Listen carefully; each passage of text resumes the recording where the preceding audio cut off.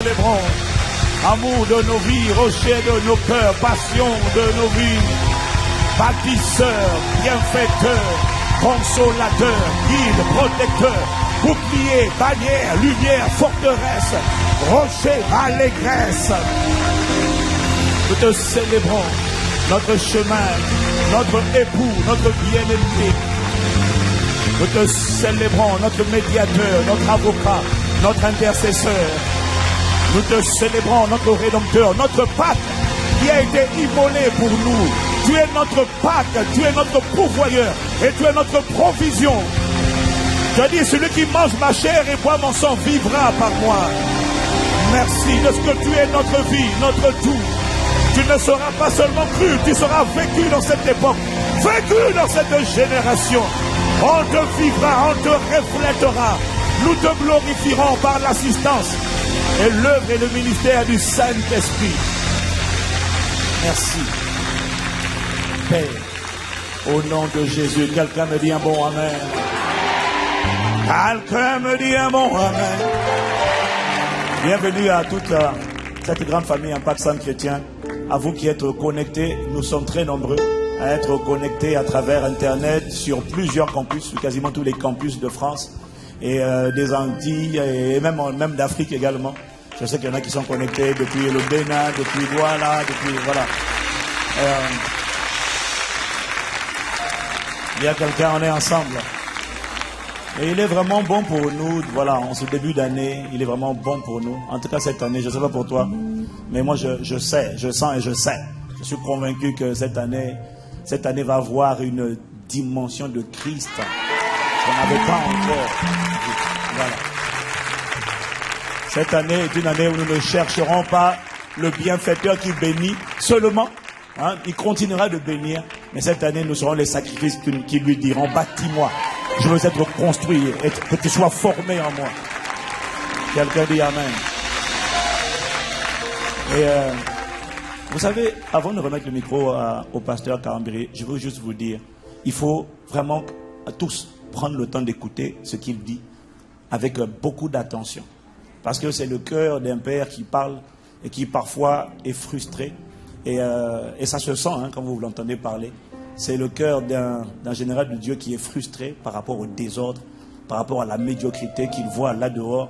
Et quand il a le pupitre, il cogne sur beaucoup de désordre qu'il voit afin de préserver les gens bien disposés de la folie, de la séduction qu'il y a dans le monde.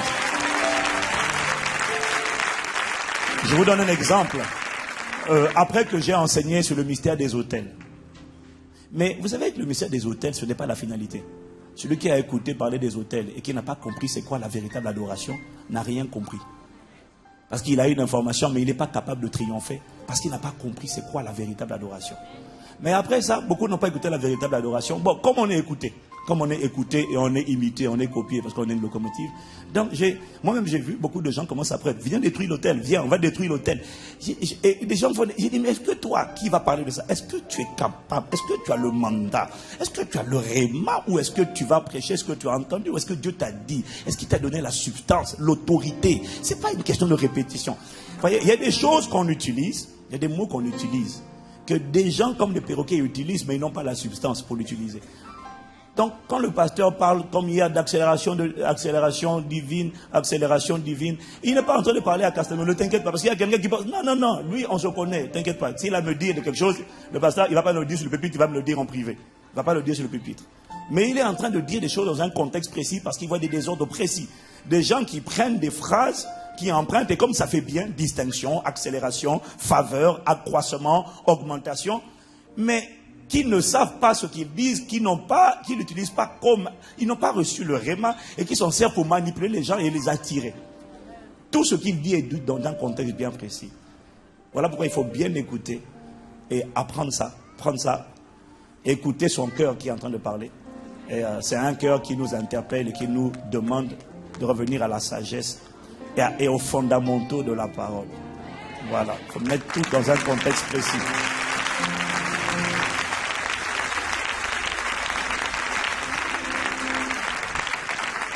Et là où je tiens à te dire, docteur, nous sommes contents quand tu bombardes comme ça. Parce que nous, Impact Centre Chrétien, et ce qui a fait d'Impact Centre Chrétien ce que nous sommes aujourd'hui, c'est le désir de l'authenticité de Christ et le choix d'être fondé sur la parole.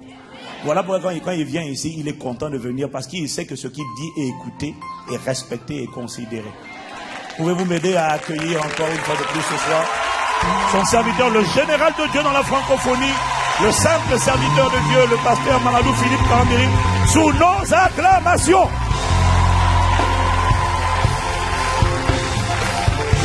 Amen. J'ai la vie de Dieu. J'ai la vie de Dieu en moi. Ok?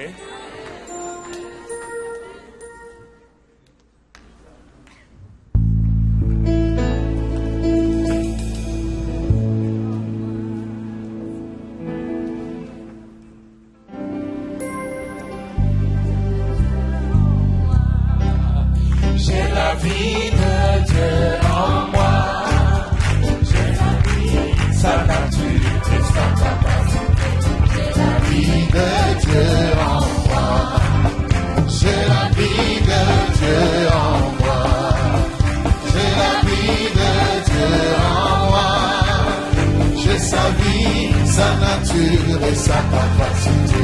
J'ai la vie de Dieu en moi. L'esprit, j'ai l'esprit. J'ai l'esprit de Dieu en moi. J'ai l'esprit de Dieu en moi. J'ai sa vie, sa nature et sa capacité.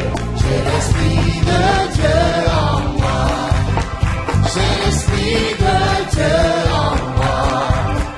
J'ai l'esprit de Dieu en moi. J'ai sa vie, sa nature et sa capacité. J'ai l'esprit de Dieu en moi. J'ai l'esprit de Dieu en moi. J'ai l'esprit de Dieu en moi. J'ai sa vie, sa nature et sa capacité. J'ai l'esprit de Dieu en moi. Alléluia. Dis avec moi, Seigneur, merci ce soir. Car j'ai ton esprit en moi. Je suis participant de la nature divine. Et la grâce de Dieu repose sur ma vie. Merci de ce que tu m'éclaires encore ce soir. Car la parole de Dieu révélée est une nourriture pour mon âme. Merci Père. Au nom de Jésus. Amen. Assois-toi dans sa présence.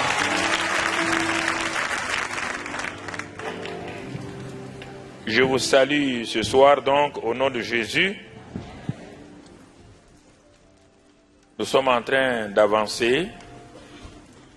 Comme je l'ai dit, c'est pour encore... Parce que vous savez que pendant 44 ans maintenant, dès que j'ai été converti jeune, j'ai commencé à prêcher. Avec beaucoup d'erreurs. Et je me suis gouré plusieurs fois, croyant que j'ai pris le bon chemin. Je me suis trouvé dans des impasses terribles. Et mon désir est que la jeune génération ne prenne pas le chemin que j'ai pris, mais au contraire, que je puisse les amener un peu plus. Vous savez, comme je suis en contact avec le monde anglophone et le monde francophone à la fois, je vois beaucoup de choses. Et le monde francophone est tout doucement en train de se laisser prendre par certaines de ces choses-là. Et c'est pourquoi je prends le devant sur n'importe quelle tribune où je prêche, à moins que ça ne soit pas une église qui accepte la parole de Dieu. D'abord, je n'y vais pas. Si elle n'accepte pas, je ne pars même pas pour les avertir de ce qui se passe. Aujourd'hui, on a enlevé du christianisme de la substance. On a laissé la forme. C'est pourquoi je vous ai montré hier la chenille. Et je vous ai montré quand le papillon est sorti de la chenille. La chenille était toujours là. Du moins, le cocon était là. Mais le papillon volait. C'est pour te dire que dans la vie chrétienne, il y a des choses essentielles et il y a des choses secondaires. Il y a la locomotive du train, il y a aussi la première classe, il y a le wagon marchandises. Et tout va ensemble.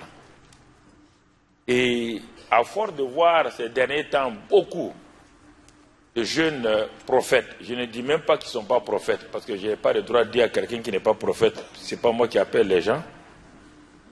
Mais le fait de vouloir tout de suite aller trop vite en besoin a créé un certain nombre de choses. Il y a des choses que nous ne pouvons pas accepter, que nous sommes obligés parfois d'arrêter ou d'avertir les gens. Quand quelqu'un vous dit en prédication que Dieu, je viens de recevoir un message de Dieu sur mon téléphone, oh, vraiment. Et là, et les gens courent, ils acceptent ça. Il vient de recevoir un message de Dieu. Dieu vient de m'envoyer un message qui est horrible. Hein? Je n'ai pas dit ça ne peut pas se passer, mais c'est une fois tous les 5000 ans. Ou bien quelqu'un me dit, bon maintenant, vous savez, Dieu va virer dans ton compte 50 000 $. Et je crois qu'il y a des choses, il ne faut pas dépasser la limite. Et il y a des choses que je ne peux pas accepter. Parce que Jésus-Christ n'est pas venu pour faire des virements comme ça, là. Il n'y a pas un compte, il n'y a pas de l'argent au ciel. Donc, il y a des choses... Bon, et comme la francophonie aujourd'hui, il faut le savoir, qu'on le veuille ou pas, ce que je dis n'est pas étranger à plusieurs d'entre vous, parce que vous regardez ces chaînes-là, vous les regardez. Il ne faut pas dire non, vous les regardez. Vous les regardez. Vous les regardez. Et... maintenant, il faut savoir, mais quand on a on peut les regarder, quand on est bien enraciné, ça ne nous dérange pas, parce que bon, parfois on peut sourire un peu, dire, mais vraiment, les jeunes gens là, ils ne savent pas quoi faire. Mais si tu n'es pas bien enraciné, tu peux te laisser prendre rapidement. Ça a l'air de donner, d'élever l'homme de Dieu. On ne parle plus de Christ. Tous ces messages, quand j'écoute là, on ne parle plus de Jésus, ni de Christ, ni du Saint-Esprit. On parle des choses que l'homme peut faire lui-même.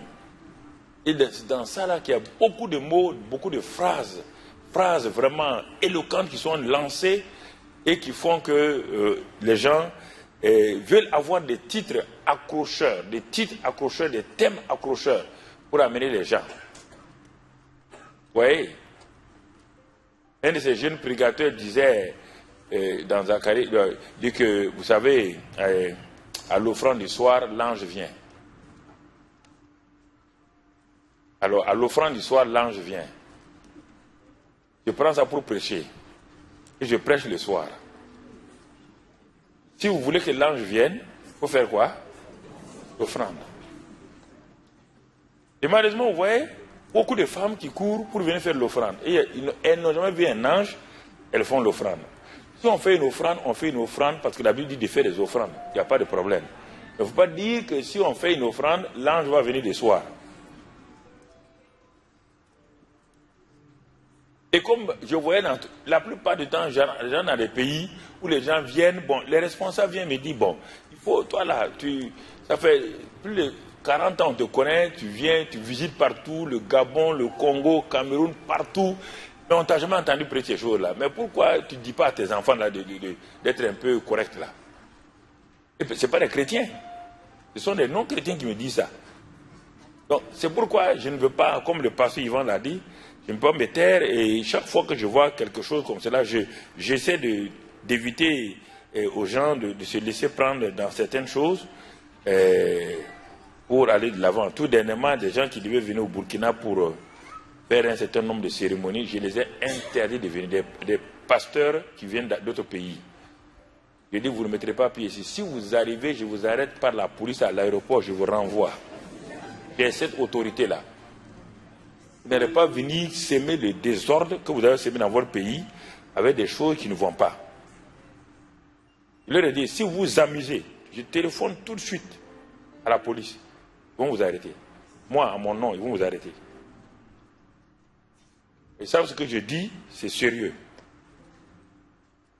Donc, il y a des choses comme cela que nous voulons, parce que, écoutez, le monde, il y a des gens qui sont proclamés au Kenya. Un monsieur a apparu, c'est lui le Christ. Les foules entières sont allées. De tous les côtés, il y a de ces choses-là, partout, où les gens, au Bénin, et une femme qui a dit qu'elle est Dieu. Elle est Dieu. Partout, partout, partout. Et les foules, les stades sont remplis. Et les chrétiens y vont. Ça veut dire quoi? Ils ne sont pas enracinés dans la parole. Alors, vous imaginez? C'est pourquoi Paul parfois il dit, mais il y a des douleurs de l'enfantement encore en lui. C'est comme s'il a couché de nouveau. Pourquoi? Parce que Paul était un père de la seconde génération, parce que les Pierres étaient des pères de la première génération. Et il voyait que ce qu'ils avaient déjà enseigné, les gens commençaient à laisser tomber ça. C'est pourquoi, bien-aimés frères et sœurs, il est important que nous tous, chacun de nous, nous puissions faire attention à ce que nous disons. Moi-même, Dieu m'a corrigé plusieurs fois. Pendant il y a 20-25 ans, il m'a corrigé dans beaucoup d'enseignements que je faisais où je mettais l'exagération. Toute exagération modifie, devient un mensonge. Alors donc, il m'a dit, rééquilibre le message. Rééquilibre-le. Tu peux prêcher telle chose, tel aspect, mais n'en fais pas une doctrine. Prêche sur ça, n'en fais pas telle chose. Et je l'ai fait. Comme je l'ai dit hier, je peux prendre le message du bâton d'Aaron qui a fleuri. Et quand je vais le prêcher, tu seras content, parce que je ne veux pas parler de... Maintenant, amenez tous vos bâtons ici, tous les bâtons n'ont qu'à venir. Maintenant, on va voir, on va prier. Le bâton qui va fleurir, non, c'est pas ça. Pourquoi le bâton a fleuri? Un bâton sec a fleuri, c'est quoi? Spirituellement, ça a un sens.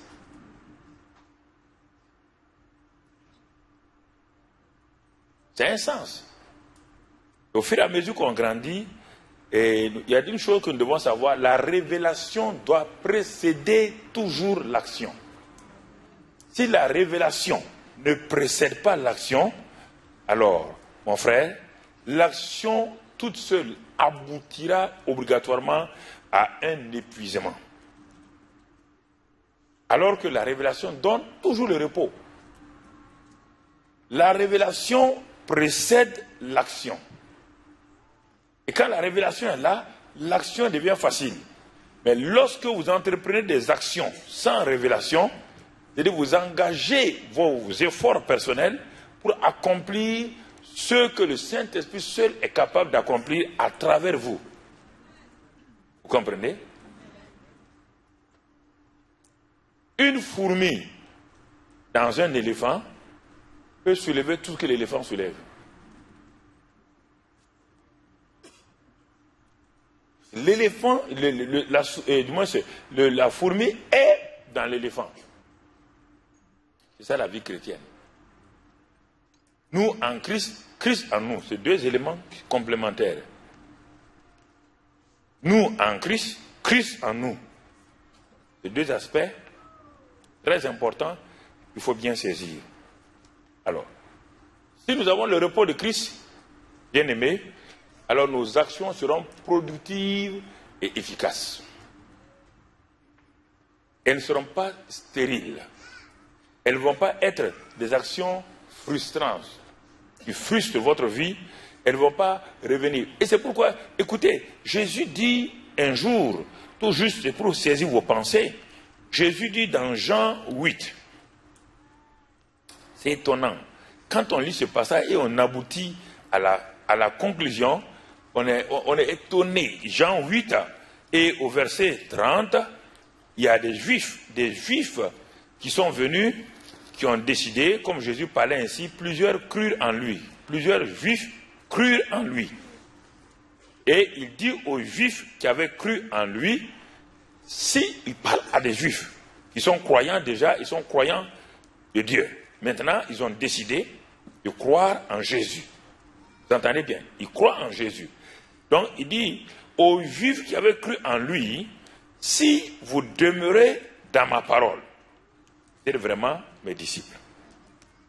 Donc, vous voyez, des gens qui ont décidé de donner d'eau à la société juive et de croire que Jésus est le Messie. Déjà, ils ont fait un sacrifice. Jésus ne va pas les laisser là, parce qu'ils sont des croyants. Il leur dit maintenant, si vous demeurez dans ma parole, vous êtes vraiment mes disciples. Et deuxième chose, vous connaîtrez la vérité, et la vérité qui aura été expérimentée par vous, c'est celle-là qui va vous libérer. Alors, si nous réfléchissons très bien, nous devons comprendre un certain nombre de choses. Il n'a pas dit la vérité vous rendra libre. Attention, beaucoup de gens lisent comme cela. Il dit non. Si vous demeurez vraiment dans ma parole, si vous enracinez, demeurer, ce n'est pas passer. Demeurer, c'est un acte permanent.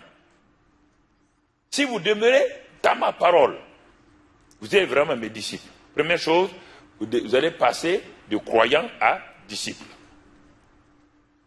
Un disciple a toujours un maître, mais un croyant n'a pas de maître. Un croyant n'a pas de maître. Il croit, il est son propre maître. Mais un disciple a un maître. Toujours. Si vous quittez la position de simple croyant et vous rentrez dans ma parole, vous acceptez ma parole, vous vous soumettez à ma parole, je vous déclare disciple. C'est-à-dire que je deviens votre maître. Et en ce moment-là,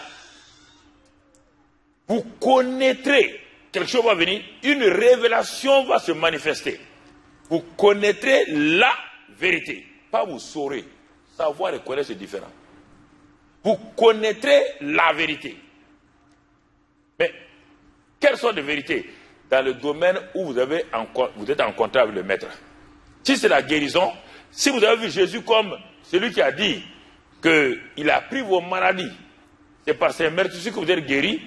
Si c'est cette parole-là, dans laquelle vous êtes demeuré, le Saint-Esprit va vous donner la révélation.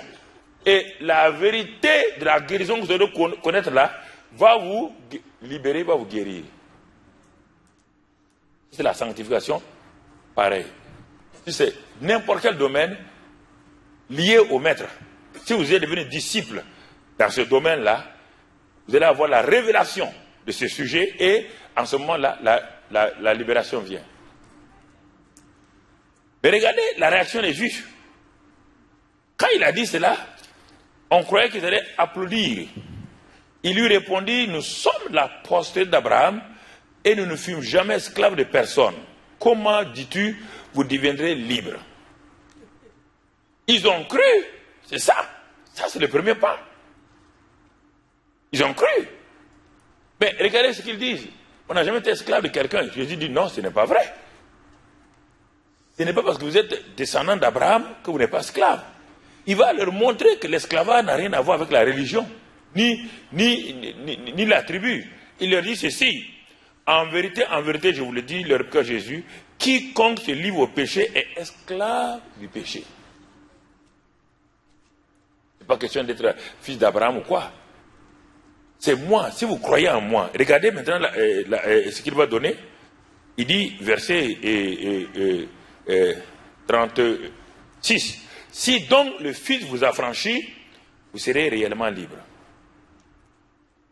À partir de là, frère, des gens qui disent qu'ils sont croyants de Jésus, regardons, Jésus continue avec eux, et brusquement ils vont révéler quelque chose qu'ils n'ont pas compris. Et ce sont ces mêmes gens-là qui ont cru là, si vous lisez, et il arrive au verset 44, il dit, vous avez pour père le diable. Qui? Ceux qui ont cru en Jésus. Jésus leur dit, vous avez pour père le diable. Alors, comment voulez-vous... Si on vient prêcher ça aujourd'hui parmi les chrétiens, ils vont croire que peut-être on les insulte ou bien on les agresse. Vous voyez là? Des gens qui se sont déplacés, venez à votre conférence, Jésus, ils sont venus. Et on avait dit à tout le monde, personne ne doit te reconnaître comme Messie. Ils ont fait un sacrifice de te reconnaître comme le Messie. Ça veut dire qu'ils seront rejetés. Et tu leur dis maintenant qu'ils ont pour père le diable. Il dit non, pour père le diable, ça veut dire quoi? Qui est derrière les pensées qu'ils sont en train d'animer? C'est la même chose qu'il a dit à son disciple Pierre, même Pierre. Il dit, qui dit donc que je suis? Silence complet parmi les disciples.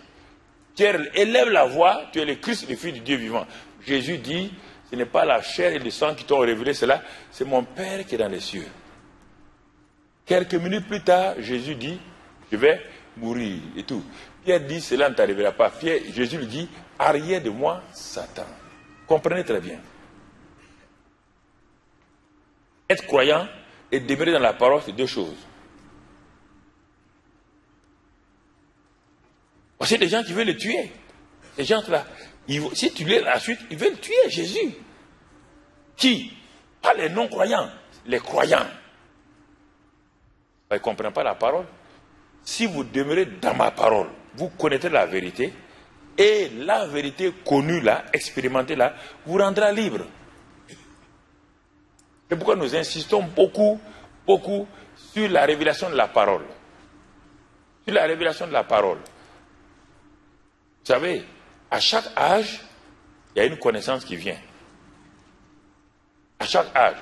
Par exemple, certains disent au-delà, oui, certains grands responsables de dénomination, même en France, que le pasteur Karambi dit qu'on ne doit plus prier et tout. Il dit, mais sans la prière, personne ne peut atteindre Dieu. Ce qu'il est en train de te dire, simplement, nous devons beaucoup prier. Ce n'est pas toutes les prières qui marchent. On dit la prière fervente due à une quoi? Alors, si ce n'est pas la prière fervente, et si le monsieur ne sait pas qu'il est juste, est-ce qu'il y aura une efficacité? En ce moment-là, je dis, ce n'est pas la peine de prier pour prier. Je n'ai pas prié de façon absolue. Puis moi, je prie. Puisqu'actuellement, on est dans 40 jours de prière. On termine ça le 4 mars. Alors, il n'y a pas de prier. On dit la prière fervente du juste a une grande efficacité. Ça veut dire que si tu veux même 50 jours de prière, ce n'est pas une prière fervente et ce n'est pas parce que tu connais la justice de Dieu, il n'y aura rien. Ce n'est pas de prier. Prier, ce n'est pas parler. Non. Dans la prière, il y a des paroles, il y a l'attitude, il y a le comportement, il y a le cœur, il y a tout. La prière est un ensemble d'ingrédients qui permettent, si tu lis ce que Jésus a dit, quand vous priez, ne vous tenez pas debout. Et ne laissez pas, avant d'arriver aux paroles de notre Père, il a donné aux gens qui n'étaient pas encore sauvés. Alors quand nous comprenons ces choses-là, regardons, on avance. Maintenant, pourquoi Jésus a dit cela? Dans Hébreu, quand Paul écrit l'épître de Paul aux Hébreux, il va nous dire, Hébreu 1, tout ça c'est pour bien comprendre, il faut bien saisir ce que Hébreu 1, verset 1, voilà ce que Paul, ça n'a pas été donné aux techniciens, mais Hébreu 1, verset 1, voilà. Après avoir autrefois, quand vous lisez la Bible, sachez à qui la parole s'adresse maintenant. Dans quel contexte? Après avoir autrefois, à plusieurs reprises et de plusieurs manières, parlé à nos pères par les prophètes. Il n'y avait pas de paroles écrites. Donc Dieu parlait par les prophètes. Et il leur communiquait des paroles précises que les prophètes donnaient au peuple. Autrefois, faut bien regarder les mots. Continuons. Dieu, dans ces derniers temps, nous a parlé par le Fils, qu'il a établi. Vous voyez bien, pour le Fils, il n'a pas mis point. Pour les prophètes, là, il n'a plus parlé, il a parlé par les prophètes. Mais quand il va parler par le Fils, maintenant, il y a une suite.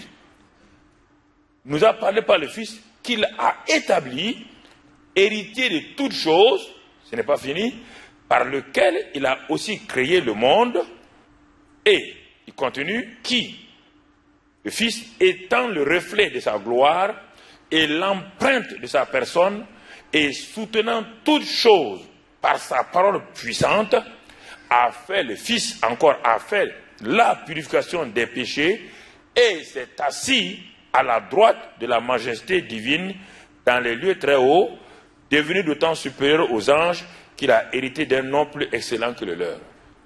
Aucun prophète ne s'est assis, et le Fils s'est assis. Il a fini, il a achevé. Il a tout achevé, il s'est assis. Et il attend. Les ennemis soient son marchepied. Il a un nom plus excellent que le nom des anges. Ça, c'est le Fils. Si vous tirez le Fils de la Bible, dans Genèse, déjà, on le voit. L'arbre de vie, c'est lui. Quand vous le voyez déjà, il dit que la postérité de la femme, c'est toujours lui. Dans chaque livre de la Genèse, on le voit. Si vous parlez dans Exode, on le voit. L'agneau, Pascal, on le voit partout. Si vous allez dans Lévitique, c'est rempli, ces symboles sont là-bas. Si vous allez dans Nombre, il est là-bas le serpent d'airain que Moïse a dressé. Quand vous allez dans Deutéronome, on voit tout le Fils partout. Mais ce sont ces ombres qui sont là. Ensuite, le tabernacle. Dans le tabernacle, l'arche, l'autel d'airain, où on doit faire tout est là. Tout est centré sur le Fils. Il est en train de venir. On voit la chenille. Le Fils est encore prisonnier. À l'intérieur, on ne le voit pas. Donc, les gens sentent. Il est dit que les Abraham ont vu venir. Ils ont voulu tous savoir qui est ce Fils-là. Tout le monde attendait ça. Tous. Ils sont morts sans le voir. Ils sont morts tous dans la frustration parce que pourquoi ils ont prophétisé. David l'a prophétisé dans ses psaumes. L'a prophétisé. Il n'a pas vu. Et tous ont vu le symbole. Ils ont vu le symbole. Et voici qu'un jour, le Fils apparaît. Et il apparaît. On dit que Jésus était humble, qu'il est né dans une crèche. Jésus n'est pas né dans une crèche parce qu'il est humble. Ça, c'est du faux. Il est né dans une crèche parce que les gens ont refusé de lui donner une chambre d'hôtel à sa mère. Les hommes ont refusé le Messie. Ce n'est pas humilité. Tu sais comment sa robe coûtait? L'habit qu'il portait là, quand Jésus est mort, les gens ont coupé ça en morceaux. Chacun voulait avoir un morceau. Tu comprends?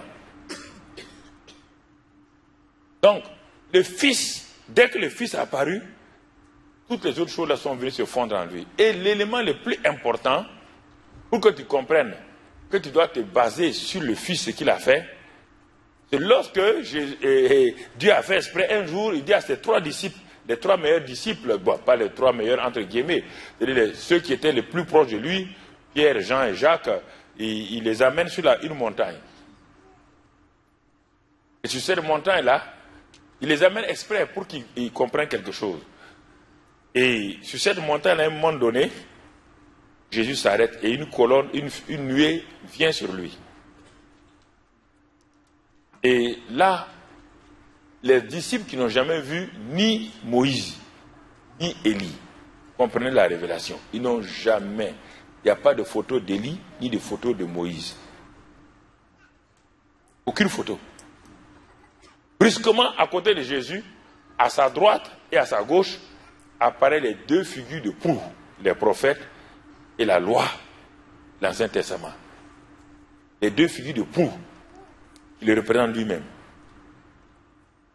Et les 2 ont apparu, et Pierre, Jean et Jacques ont dit, mais voici Élie, nous allons faire une tente pour Élie, une tente pour Moïse. Parce que leurs yeux spirituels sont ouverts. Jésus voulait nous montrer quelque chose. Que lorsque nous avons connu ces gens-là, dans la chair là, il faut maintenant la révélation. Mais à un moment donné, quand la nuée s'est intensifiée, puis la nuée a disparu maintenant, qu'est-ce qu'on voit? Jésus seul. Qu'est-ce qui s'est passé? Cette image est très, très importante. On dit la montagne de la transfiguration. Jésus a avalé la loi et les prophètes. Il était seul maintenant là. Ça veut dire que désormais, on doit écouter qui? Écoute maintenant la voix du Père. Dans le Jourdain, il a dit, tu es mon fils bien-aimé en qui j'ai mis tout mon. Sur la montagne de la transgression, il va ajouter autre chose. Il dit, celui-ci, il n'a pas parlé à Jésus. Il monte au monde. Celui-ci est mon fils en qui j'ai mis quoi? Et puis il ajoute maintenant quoi? Écoutez-le. Si vous écoutez Moïse, vous écoutez Élie, c'est fini pour vous. Vous n'allez pas avancer. Il faut l'écouter lui seul. C'est ça que Hébreu 1 reprend ici. Il dit, les prophètes sont venus, c'est le fils qu'on doit écouter. Quand on dit on doit écouter le Fils, ça ne veut pas dire qu'on ne prêche pas Élie. Ça ne veut pas dire qu'on ne prêche pas Moïse. Non, on prêche, mais on va terminer toujours par le Fils. Vous comprenez? On va terminer par le Fils. On va prêcher tout ce qui est dans l'Ancien Testament. Tout, on peut tout prêcher. Mais toujours, on est en train d'amener les gens vers où? Vers le Fils, vers Christ. C'est ça le secret, vers Christ. On les amène à Christ. Puisqu'il est dit même dans Galates que la loi a été donnée comme un pédagogue. Pour nous amener à qui? À Christ. Quand Christ est venu, on dit la foi étant venue, le pédagogue de la loi a fait quoi? Elle a cessé son travail. Elle n'a plus de rôle. Puisque celui qu'on attendait est venu.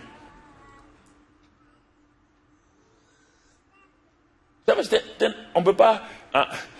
Dans un séminaire où tout message est incomplet, complet. Un message seul est complet pour le jour. Comme le repas du jour est complet. Il est incomplet. Si tu ne manges pas demain, c'est fini pour toi. À chaque jour suffit sa peine. Tu comprends? On va manger pour faire un stock de repas de 10 jours. C'est pourquoi la manne, on devait la ramasser chaque jour.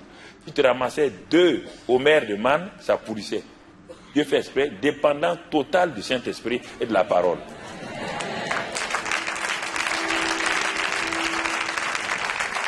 Dépendance totale de la parole et du Saint-Esprit. Alors, bien aimé, ce soir donc, puisque notre thème cette année c'est voir Christ tel qu'il est, ce soir notre titre c'est voir Christ crucifié et enseveli. Qu'est-ce que ça veut dire? Voir Christ crucifié et enseveli. Nous parlons de ça, nous avons beaucoup parlé, oui, Jésus est crucifié, tout est vrai. Tout est vrai. Mais il y a l'aspect légal, il y a l'aspect vital. L'aspect légal, c'est ce que Dieu a fait. L'aspect vital, c'est ce que le Saint-Esprit prend, ce que le Père a fait là, en Christ Jésus, pour rendre ça réel en toi. Connaître la vérité légale des faits divins ne te donne pas un changement. Tant que la chose, le fait que quand quelqu'un a faim, il voit un poulet, le poulet est une nourriture. Mais le fait de prendre un poulet dans sa main, il ne sera pas rassasié. Il faut que ce poulet soit maintenant, donc on doit le plumer, on doit le travailler, en faire un poulet rôti. En ce moment-là, on passe du logos au réma. Et quand on mange ce poulet rôti, on peut être nourri. Mais si tu prends le poulet avec ses plumes, tu manges, c'est le poulet qui va te tuer. C'est pourquoi il dit que la lettre de la parole là tue. Et c'est l'esprit qui vivifie. L'esprit vivifie. C'est pourquoi un prédicateur, c'était un chauffeur dangereux. Parce que il est en train de t'amener, il n'a pas fini encore.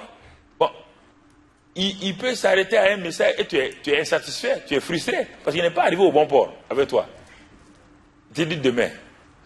Mais pourtant, il t'a fait avancer aussi. Sans ça, tu ne seras pas là où tu es. Donc, quand on prêche, le prédicateur est un peu frustré.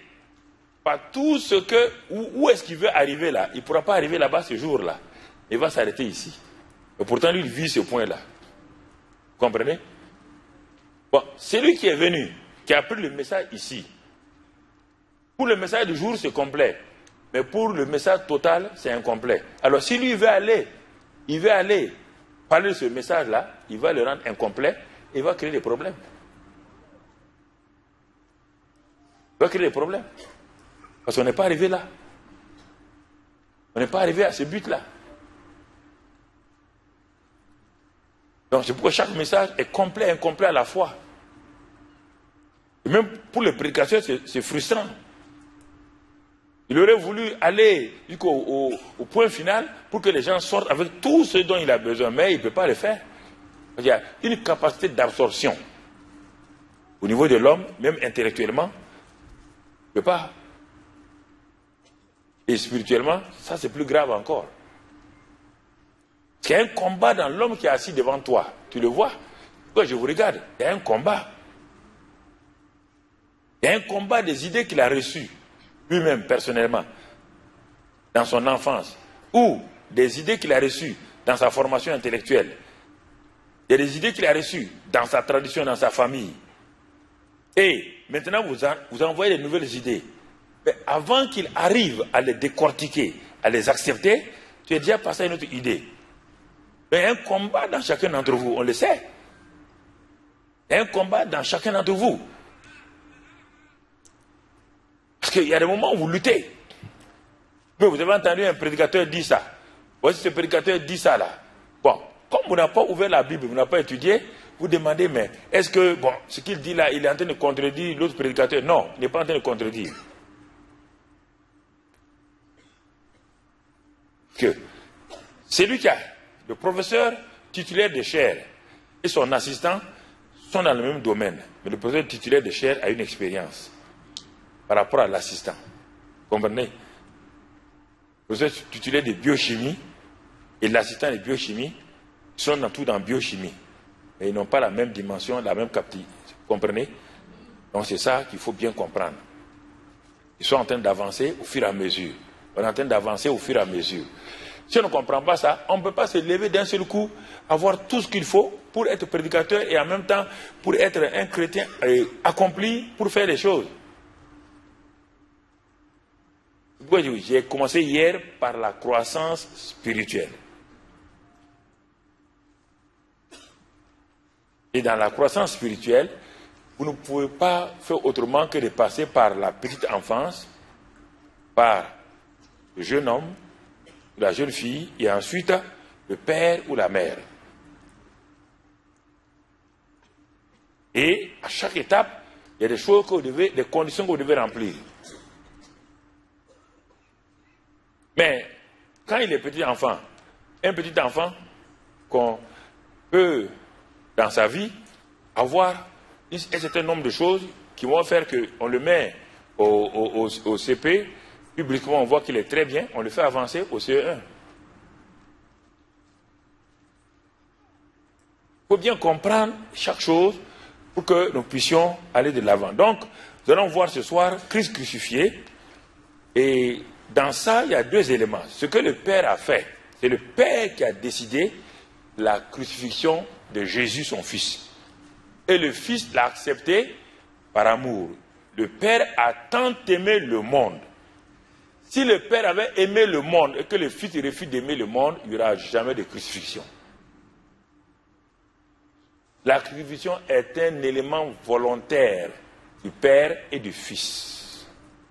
Le Père a décidé que le seul moyen pour que le monde revienne à lui, le monde qui s'est séparé à travers Adam, qui revienne à lui, il faut un autre homme comme Adam, mais sans péché. Et c'est en ce moment-là que Jésus a dit, l'amour que tu as pour le monde, je vais donner ma vie pour leur montrer que moi aussi je les aime. Ça, c'est du côté divin. Maintenant, qu'est-ce que le Saint-Esprit fait? Le Saint-Esprit, son rôle, lui, il prend ce que Jésus a fait de façon absolue à la croix de Calvaire et dans le tombeau et dans le séjour des morts, il prend cela et quand toi tu acceptes, le Saint-Esprit rend ça, vitalise cela, rend ça vivant et ça devient une expérience dans ta vie. Ce qui était un fait absolu devient maintenant une expérience personnelle. C'est ça le rôle du Saint-Esprit. Il est le seul. Il connaît, il sonde les profondeurs du Père. Il connaît qui est Jésus. Et il prend ce qui est à Jésus. Et il vient. Et c'est lui, comme le maître cuisinier, qui rend tout ce que Jésus a fait là, c'est-à-dire consommable, digeste par toi. Il vient le mettre dans ton esprit. Pas dans ton âme, dans ton esprit. Parce que le Saint-Esprit étant esprit, ne peut pas être dans une partie de ton corps si ce n'est que ce que qu'on appelle ton esprit. Pas dans ton âme. Ton âme n'est pas esprit. Ton corps n'est pas esprit. Il ne peut vivre que dans ton esprit. Et quand il régénère cet esprit-là, il le rend vivant. Maintenant, à partir de là, il va commencer à influencer par la parole ton âme, qui sera renouvelée, Romains 12, 2, qui sera transformée de gloire en gloire. Et en ce moment, le corps va recevoir une impartation, et en ce moment-là, tout ton être, esprit, âme et corps, vont s'aligner sur la parole de Dieu, et tout cela c'est le rôle du Saint-Esprit, en collaboration avec ta volonté, au moyen de la parole. Alors, ce que je vais poser comme question, c'est-à-dire que ce que je veux que tu réalises là, j'ai rencontré beaucoup de gens qui sont devenus chrétiens, des bons chrétiens. Mais dans les temps de difficulté, l'ennemi est arrivé à les déstabiliser. Il n'avait pas de fondement. 1 Corinthiens 15, verset 1 à 4. 1 Corinthiens 15, verset 1 à 4. Paul dit aux Corinthiens, je vous rappelle, frères, l'évangile que je vous ai annoncé, que vous avez reçu. Vous voyez bien, je vous ai annoncé la bonne nouvelle. 1. Maintenant, vous l'avez reçu. Il n'est pas fini. Dans lequel, troisième chose, dans lequel vous avez persévéré. Persévéré. Ah, les gens disent, mais j'ai reçu Jésus. Mon frère, très bien, tu as persévéré. Dans lequel vous avez persévéré. La suite, s'il vous plaît. Et par lequel maintenant vous êtes sauvés. Ah? Mais, oh. Mais, qu'est-ce que tu dis là? Le salut est venu quand?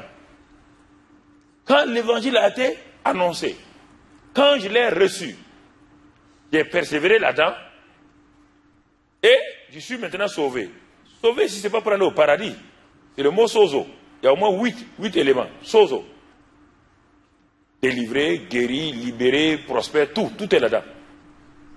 Sauvé. On est délivré. On est guéri. Notre âme est sauvée. On est libéré. On est prospère lorsque l'évangile qui a annoncé, nous le recevons et nous persévérons là-dedans. Résultat, on est sauvé. Mais attendez maintenant, la suite. Il dit, condition maintenant, si vous le retenez tel que je vous l'ai annoncé. Ah, il y a une condition, oui. Mais pourquoi? Autrement, vous aurez cru en...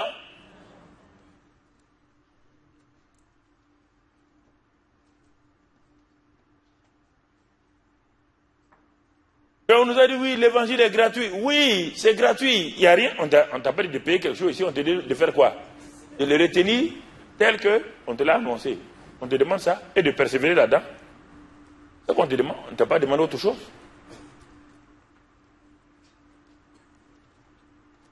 Tu ne peux pas commencer par l'évangile et puis en plein chemin changer de... Tu ne vas pas avoir ce que tu veux. Sinon vous aurez cru en vain. Vous aurez cru en vain. La suite, regardons, puisque je vous ai enseigné avant tout. Maintenant, il va dire le fond de l'évangile. Il va maintenant dire quel est l'évangile. Il dit l'évangile. Maintenant, qu'est-ce que l'évangile? Et regardons bien, c'est composé de quoi? Je vous ai enseigné avant tout, comme je l'avais aussi reçu. 1. Que Christ est mort pour nos péchés. Crucifixion de Christ. 1. L'évangile comprend quoi? Première chose, Christ est mort pour nos péchés, selon les Écritures. Deuxièmement, qu'il a été enseveli. Troisièmement, qu'il est ressuscité le troisième jour selon les Écritures. Ah, l'évangile a des composantes, oui.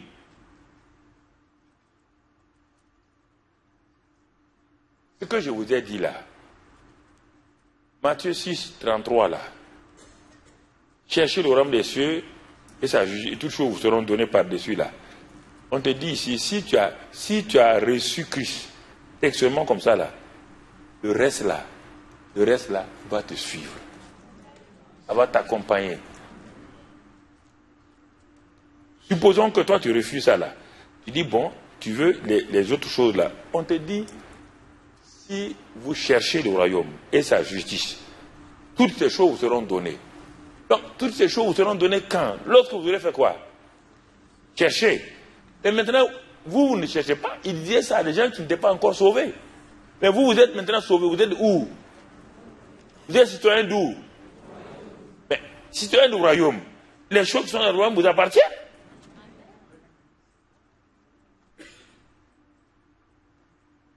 Les choses qui sont dans le royaume vous appartiennent. Et maintenant, les gens veulent nous manipuler en disant, bon, moi je peux te donner ça, si tu viens comme ça, moi je vais prier. Mon ami, est-ce qu'il est mort pour toi? Il a été enseveli pour toi? Il est ressuscité pour toi?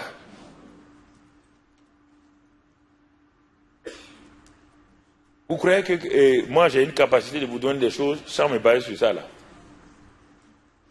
Si vous dites ça, traitez-moi de menteur. Dit le pasteur, cette fois-ci tu es menteur. Ça ne veut pas m'offusquer.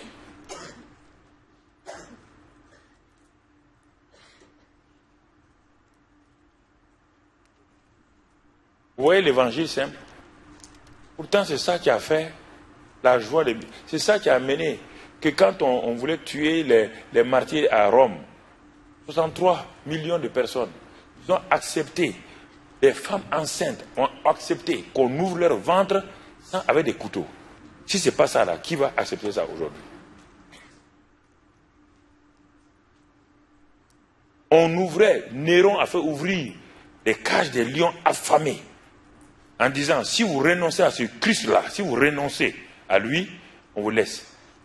Voici vos enfants, voici les lions. Les mamans ont dit non, nous ne pouvons pas renoncer à Christ. Et les gens qu'on brûlait là, dans le stade, les gens qu'on discutait, chantaient et tous chantaient. Pourquoi? Parce que voilà l'évangile auquel ils ont cru. C'est ça qu'on veut vous dire. Le monde se complique de plus en plus. Le monde se complique de plus en plus. Les lois perverses qui sont prises. On veut enlever le nom de Jésus de tout. Je vais vous le dire. Si vous voulez, vous croyez. Si vous voulez, vous ne croyez pas. On veut enlever, on veut amener une religion mondiale sans Jésus. Le mot Dieu là, Dieu veut dire objet d'adoration. Mais il est qui? Ça peut être une mode de terre, ça peut être n'importe quoi. Le seul nom que les gens ne veulent pas entendre aujourd'hui, et les religions sont déjà prêtes pour ça. Si vous ne le savez pas, je préfère m'arrêter là. C'est Jésus-Christ. Ce nom-là qui dérange tout le monde. Si c'est faux, c'est faux, entrer dans votre ville, parler de Dieu, tout le monde va dire, il n'y a pas de problème, Dieu, il n'y a pas, dites, quand vous dites Jésus-Christ tout de suite, oh de messieurs, arrêtez là. Tout de suite, les gens vont commencer à se fâcher contre vous. Ce nom-là. Mais si toi, tu ne t'appuies pas sur ce nom-là, tu vas faire quoi? Dieu c'est vague. Vague. Objet d'adoration. Dieu c'est vague. Il n'y a rien dans Dieu. Il n'y a pas de substance dans le mot Dieu. Rien. Il s'appelle qui, ton Dieu? Il s'appelle qui? Jésus.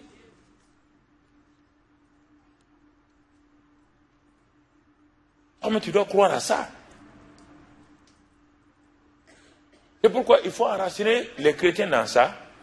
En tant qu'ancien, je m'efforce de faire ces choses-là afin que frères et sœurs, tu saches que si on t'attrape, on dit bon de renoncer à Jésus, tu ne peux pas renoncer puisque toi et lui vous êtes un. Mais si c'est pas ça, tu feras des compromis et des compromis, mon ami. Tu feras des compromis. Regardons bien, Christ crucifié, on va voir maintenant Christ crucifié. Qu'est-ce que ça nous donne? 1 Corinthiens 1,18. Je vais d'abord te montrer Christ crucifié, ensuite te montrer quels sont les bénéfices de Christ crucifié pour toi et moi. On te montre d'abord ce que Dieu a fait. Paul dit, car la prédication de la croix est une folie pour ceux qui périssent. Mais, pour nous qui sommes sauvés, elle est une puissance de Dieu. La prédication de la croix est une quoi? Puissance de quoi? Je reprends. Vous ne suivez pas. C'est-à-dire, non seulement vous ne notez pas, certains d'entre vous, vous ne notez pas, et vous ne suivez pas ici. Là. Vous êtes en train de rêver. Non, non, je vous dis la vérité. Tous vos pasteurs ont leur iPad, iPhone, tous les je ne sais pas. C'est vrai, ils n'ont pas de cahier. Ah bon, sauf déjà qu'il y a un cahier. C'est déjà bon. Mais toi, vous venez, vous croisez les bras, vous croyez ça là. Vous croyez que vous êtes ingénieur. Ça, c'est ingénieur? Ok. La prédication de la croix, pour le monde, c'est une folie. Mais pour toi, c'est une puissance de Dieu. Mais est-ce que tu le sais? C'est une puissance de Dieu, la croix. En quoi? Non, écoutez, en quoi la puissance et la prédication de la croix est une puissance? En quoi? C'est ça que tu dois demander. Quand tu lis ça, il faut t'arrêter. La prédication de la croix est une puissance de Dieu. Ça veut dire quoi? Par rapport à ma vie, ça veut dire quoi? Il ne faut pas dire oui, la puissance de la croix, c'est une puissance de Dieu. Non, on parle de toi, par rapport à toi. Chez Dieu, là, il n'y a même pas de problème. Chez Dieu, c'est une puissance. Et toi, c'est une puissance. Ce que Dieu dit là, est-ce que tu l'as accepté? Est-ce que tu l'as expérimenté? C'est de ça qu'on parle ici. Qui dit cela? C'est Paul. Il le dit parce qu'il a expérimenté. Et on va voir les différentes expériences qu'on peut avoir de la croix et qui se transfèrent dans notre vie. Et il est écrit ici au verset, on va aller au verset 23. Il reprend, il dit, nous prêchons Christ crucifié, scandale pour les juifs et folie pour les païens. Christ crucifié, c'était un scandale pour les religions. Mais regardez, pour nous, mais puissance de Dieu et sagesse de Dieu pour ceux qui sont appelés tant juifs que grecs. Premièrement, il dit la puissance de la croix est une puissance de Dieu. Il ajoute autre chose maintenant, il dit Christ crucifié, scandale et folie. Scandale pour les juifs, la religion. Folie pour les savants, mais puissance de Dieu et sagesse de Dieu pour nous. Est-ce que tu as vu dans la croix, depuis que tu es sauvé là, est-ce que tu es sauvé par quel moyen? C'est ça d'abord. Est-ce que tu as rencontré la croix? Dans ton salut là, tu as rencontré la croix où et quand? Maintenant, je vais m'arrêter pour vous poser des questions. Dans ton expérience, à quel moment tu peux dire j'ai expérimenté la croix?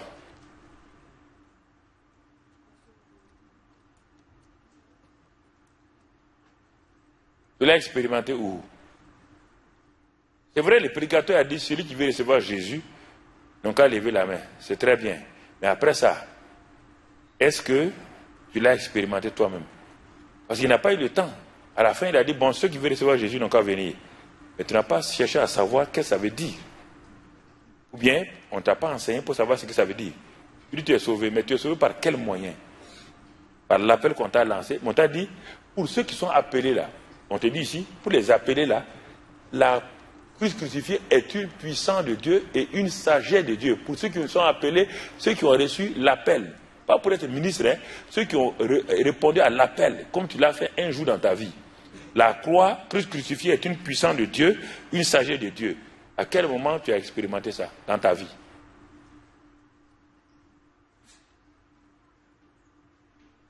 C'est ça le fondement. C'est ça. On te dit que la croix, et ce que Christ a fait là, c'est ça le fondement de tout le bâtiment qui doit s'élever. Et tout bâtiment qui n'a pas un bon fondement va s'écrouler. Toute vie chrétienne qui n'a pas ce fondement, qui n'a pas commencé par Christ crucifié, a des problèmes. C'est pourquoi parfois, bon, je fais des anecdotes en disant que certains sont rentrés par la fenêtre de la guérison, fenêtre de la libération, mais ils n'ont pas rencontré Christ crucifié. Ils ont bénéficié de ce que Christ a fait, mais ils n'ont pas rencontré Christ crucifié dans leur vie. Ils n'ont pas rencontré Christ crucifié.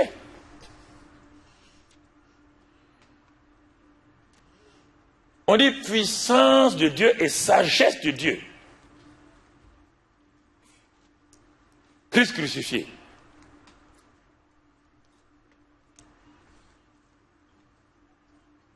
« 1 Corinthiens 2:2. On va arriver tout à l'heure aux applications, ne t'inquiète pas. 1 Corinthiens 2:2. Car, le même Paul dit, au même Corinthiens, car je n'ai pas eu la pensée de savoir parmi vous autre chose que Jésus-Christ et Jésus-Christ crucifié. On ne parle pas d'un Jésus historique. Il dit non. C'est que parmi vous là, je ne veux pas que vous ayez d'autres pensées, rien d'abord que Jésus-Christ crucifié. Si cela est devenu une réalité pour vous, la puissance de Dieu se manifeste, la sagesse de Dieu se manifeste déjà où? À la croix. On ne parle même pas du baptême du Saint-Esprit, on ne parle pas d'onction. Hein? Il y a une puissance dans la croix, une sagesse dans la croix. Chaque élément de l'œuvre de Christ, chaque partie a une puissance concernant un aspect de ta vie. Qu'est-ce que la croix fait dans la vie de quelqu'un qui est sauvé? Qu'est-ce que la croix concerne quoi? Quelle partie de sa vie? C'est ça que je veux te dire. C'est de ça que je m'approche tout doucement. Première chose, si la croix est une puissance, en quoi est-elle une puissance? Est-ce une puissance purement terrestre ou bien une puissance qui a affecté le ciel? Regardons bien Colossiens 1 et au verset 20. Je préfère que tu aies toutes ces choses, que tu prennes la cassette ou et plus tard pour l'écouter très bien. Colossiens 1, verset 20. Dieu a voulu, par Christ, réconcilier tout avec lui-même. Écoutez bien. Le Dieu qui est au ciel, là, voulait tout réconcilier, tout avec lui-même, parce qu'il y a eu une séparation entre les hommes et Dieu. Dieu, quel est le moyen que Dieu a choisi? Il a envoyé des hommes sur la terre. Abraham, il n'a pas pu. Moïse n'a pas pu. Adam, David n'ont pas pu. Maintenant, regardez ce que Dieu fait. Il a voulu par lui, Christ, réconcilier tout avec lui-même, tant ce qui est sur la terre que ce qui est dans les cieux. Dieu veut réconcilier la terre et les cieux. Tout ce qui est sur la terre et ce qui est dans les cieux. Et quel est le moyen? Si la croix n'est pas impie, regarde ce que Dieu dit. Papa, bon Dieu, a cherché tous les moyens, les anges et les archanges. Rien. Le seul moyen, c'est quand son fils était entre la terre et le ciel, sur une croix maudite. C'est pourquoi, regardez, la folie de Dieu. Ce qui est dans les cieux, en faisant la paix par lui, par le sang de sa croix.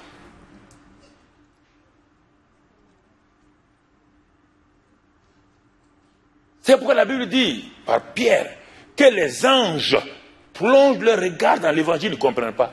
Aucun ange, ni Gabriel, ni Michel ne comprend l'évangile. Aucun. Ils ne comprennent pas. Alors, frères et sœurs, cela veut dire quoi? Cela veut dire que quand Jésus mourait, avant qu'il meure, le ciel et la terre étaient séparés. Et Dieu a décidé que c'est par lui qu'il doit réconcilier Dieu lui-même et la terre, le ciel et la terre. Le monde ne comprenait pas ce qui arrivait. Le monde spirituel se demandait la mort de ces messieurs-là, au milieu de deux autres voleurs. Qu'est-ce que c'est? C'est ça qui a trompé les gens. Un voleur à sa droite, une croix semblable à celle de Jésus. Un voleur à sa gauche, sur une croix semblable à celle de Jésus. Comment pouvez-vous me dire que le monsieur qui est mort au milieu, sur une croix, qui est l'invention des Grecs, mais appliquée par les Romains, comme sanction contre les rebelles, contre les voleurs, contre les bandits, comment pouvez-vous dire, c'est pourquoi on dit que c'est une folie de Dieu.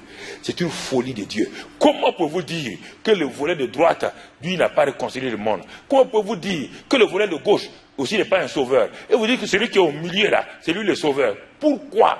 Mais il est en train de mourir par une sanction. La croix est une sanction des hommes. Et le monde naturel regarde. Marie et les femmes battent leur poitrine. Oh, ton fils est en train de mourir. Jésus dit, et vous femmes, ne criez pas sur moi. Les soldats sont venus, les juges sont venus. À la fin, les gens ont dit, si tu es réellement le sauveur, descends de la croix. Il ne va pas descendre. Satan a compris que quelque chose passe. Quelque chose se passe dans le monde. Et brusquement dans le monde spirituel, les gens, pas les individus, les gens, les êtres du monde spirituel ont vu quelque chose d'inédit, quelque chose d'extraordinaire. Ils ont vu le Dieu du ciel, le Dieu du ciel qui avait quitté la terre en Adam, qui avait séparé Adam en disant, tu vas là. Ils ont vu brusquement, quand Jésus a dit, tout est accompli, ils ont vu le Dieu du ciel mettre sa main dans la main de Jésus, et ils ont vu ce Jésus-là tenir la race humaine, et il les a réconciliés.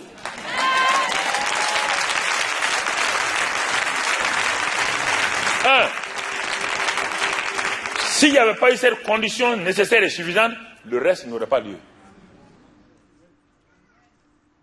La croix, c'est le seul moyen qui a pu réconcilier enfin le ciel et la terre. Et par le sang de Jésus, il y a eu la paix. Voici. Tu es devenu chrétien. Et tu sais que désormais le ciel et la terre sont réconciliés. C'est pourquoi Dieu te dit quoi?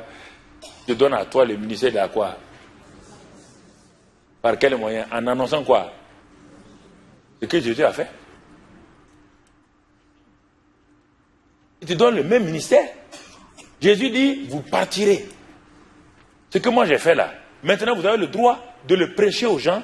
Et quand vous le prêchez à quelqu'un, ton parent qui est assis là, féticheur, qui ne comprend pas que tout le monde est fâché contre lui, c'est un sorcier et tout, tu lui prêches l'évangile.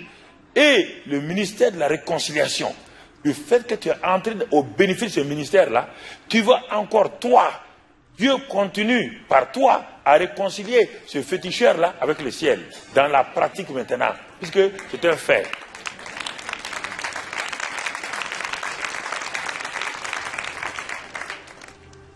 Alors, frères et sœurs, Éphésiens 2, verset 11. Éphésiens 2, verset 11.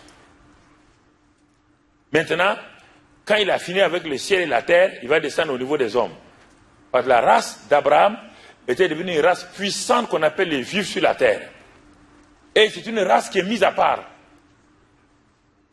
Personne n'a aucune importance sur la terre si ce n'est pas eux. Ils refusent de se réconcilier avec quelqu'un. Ils refusent de voir les autres races. Et Paul dit ici, c'est pourquoi vous, autrefois païens, vous les Éphésiens, les Éphésiens là, c'est de toute la race des païens. On ne parle pas des gens du village, hein, on parle de tous ceux qui ne sont pas de la race des Juifs. Tout le monde. Tous les continents, en dehors d'eux. C'est pourquoi vous, autrefois, païens dans la chair, appelés incirconcis par ceux qu'on appelle circoncis, et qui le sont à la chair par la main de l'homme, souvenez-vous, on nous rappelle cela, souvenez-vous que vous étiez en ce temps-là sans Christ. Aucun d'entre nous n'était, aucun en dehors d'eux. On était sans Christ. 1.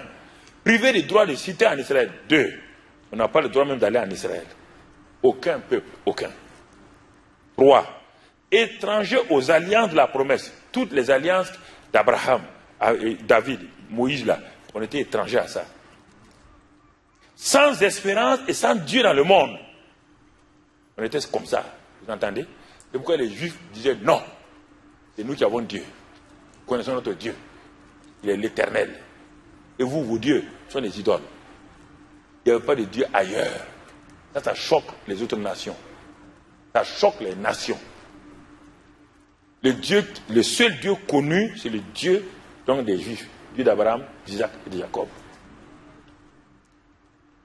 Et on te dit, sans espérance dans le monde, regarde la puissance de la croix. Les Juifs ne voulaient pas tout. C'est pourquoi, quand Pierre a été, même Pierre converti, dans la maison de Corneille, quand il priait, dans la maison de Simon, quand il priait, il a vu une nappe descendre avec des animaux impurs, qui représentent les païens. La voix du Saint-Esprit dit, lève-toi, tu es mange. Pierre dit, je n'ai jamais mangé une impureté. C'est-à-dire que je n'ai pas de relation avec les païens. Nous, les Juifs, même les Romains qui avaient colonisé Israël, ne pouvaient pas rentrer dans une synagogue. Ils n'ont pas le droit. Ils n'ont pas le droit. Ils étaient considérés comme des impurs. Et c'est là que la croix, Paul dit, lui-même il est étonné. Il est docteur de la loi. Lui-même il est docteur de la loi. Il ne croyait pas à ça. Mais la révélation vient que non seulement la croix a pu réconcilier Dieu et les hommes sur la terre, le ciel et la terre. Mais la croix est maintenant horizontalement les quatre éléments de la croix. La hauteur. C'est ça qu'on a vu hier dans Ephésiens 3. L'amour de Dieu, la hauteur. La croix, c'est l'amour de Dieu qui est parti prendre la main de Dieu. Tu as dit que tu aimes le monde, non? Bon, réconcilie-toi avec le monde. C'est ça le premier secret. Toi, Dieu t'a dit, Père, tu as dit que tu as tellement aimé le monde que tu m'as envoyé. Le temps est venu maintenant, moi je te dis, me voilà sur la croix. Tu vas obéir à ce que tu as dit de venir faire. Tu vas aimer le monde en te réconciliant avec le monde. Dieu le Père n'a pas dit non. Écoutez l'importance. Il a dit aux Juifs maintenant, puisque votre Dieu s'est réconcilié avec le monde, je vous dis à vous les Juifs, vous n'avez pas le droit de rester et de regarder les païens. Et il dit, il y a un mur de séparation entre vous, on n'a pas pu lire cela, un mur de séparation. Mais par ma mort à la croix de Calvaire, je renverse le mur et je prends la main des Juifs, je prends la main des païens, je les réconcilie.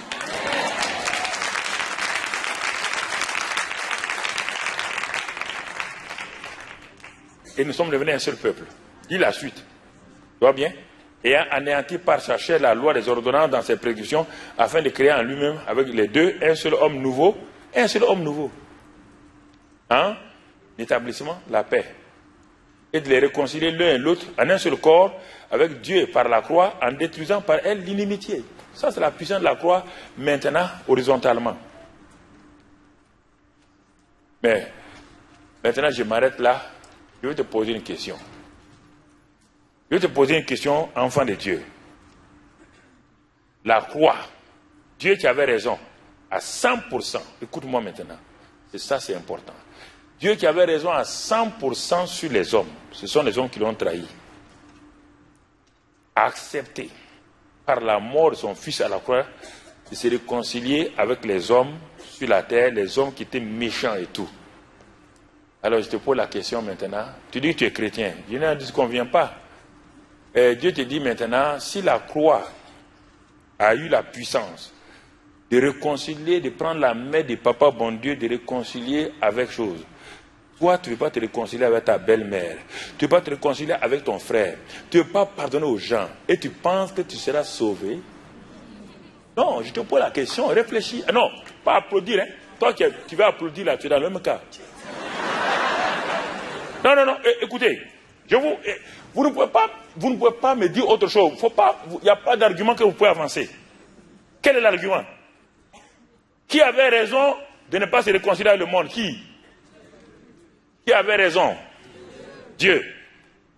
Mais est-ce qu'il a refusé? Est-ce que les Juifs ont refusé?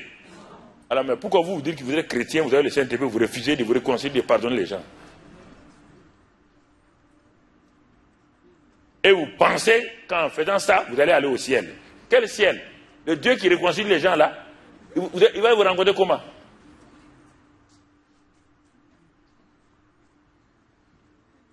Quel argument vous avez? Dites-moi un peu, lève-toi, donne-moi ton argument. Donne-moi ton argument. Je ne suis plus pasteur. Si tu as un argument, moi je ne suis plus pasteur. Je démissionne tout de suite, j'enlève mes habits, je m'en vais refaire mes affaires. Comment? Vous jouez avec Dieu? Ça, je suis intransigeant. Quand j'arrive là, je n'ai pas peur de quelqu'un. Hein? Non, là je ne m'amuse pas avec quelqu'un. Toi, la croix, la main sanglantée de Jésus est pas dans le ciel.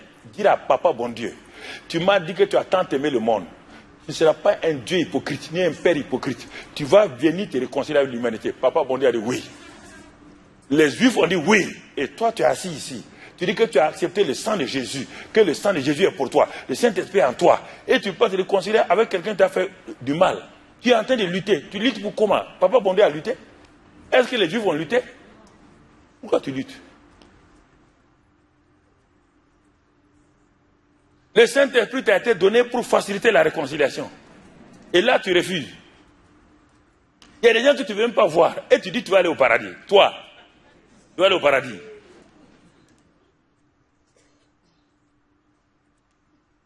Donc, tu n'as pas expérimenté la croix. Tu n'as pas expérimenté la croix, mon ami. Tu ne l'as pas expérimenté. On ne peut pas expérimenter la croix et avoir des adversaires, des gens qui sont... Non. Réconciliation ne veut pas dire se laisser piétiner. Réconciliation veut dire désormais, Seigneur, j'arrête. Je refuse de haïr cette personne. Je refuse de temps. On n'a pas... Attendez, parce que vous ne comprenez pas. On n'a pas de réconciliation d'aller se mettre comme un tapis, le type, il marche sur toi. Non. Quand Dieu s'est réconcilié le monde, il est descendu pour qu'on le piétine. Non. Il dit, je décide. Qu'est-ce qu'il y avait dans mon cœur là? De libérer la personne. Ça ne veut pas dire que je vais travailler à la personne. Non. Je libère la personne pour mon propre profit. C'est ça la réconciliation. Si maintenant, la personne a donné, m'a donné une assurance qu'elle a changé, tout, et qu'elle veut travailler, si j'ai l'assurance de la paix dans mon cœur, je peux le faire.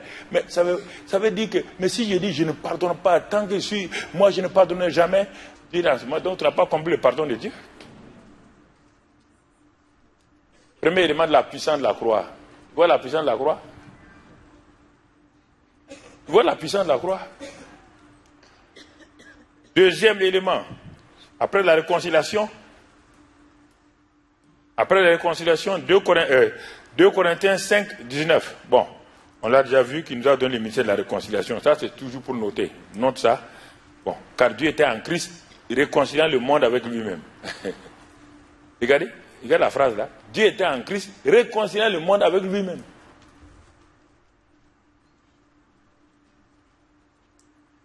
En n'imputant point aux hommes leurs offenses, et il a mis en nous la parole de la réconciliation. Bon. Quelle est la deuxième expression de la puissance de la croix? La croix est la loi de Moïse. Si Dieu a réconcilié les Juifs et les païens par le moyen de la croix, c'est sûrement et certainement la loi de Moïse aura un problème aussi. C'est la loi de Moïse qui nous séparait. Nous, on n'a pas de loi de Moïse. C'est eux qui avaient la loi de Moïse. Mais qu'est-ce qui va faire la loi de Moïse? Regardons Colossiens 2, verset 14. Colossiens 2, verset 14. Il a effacé l'acte dont les ordonnances nous condamnaient.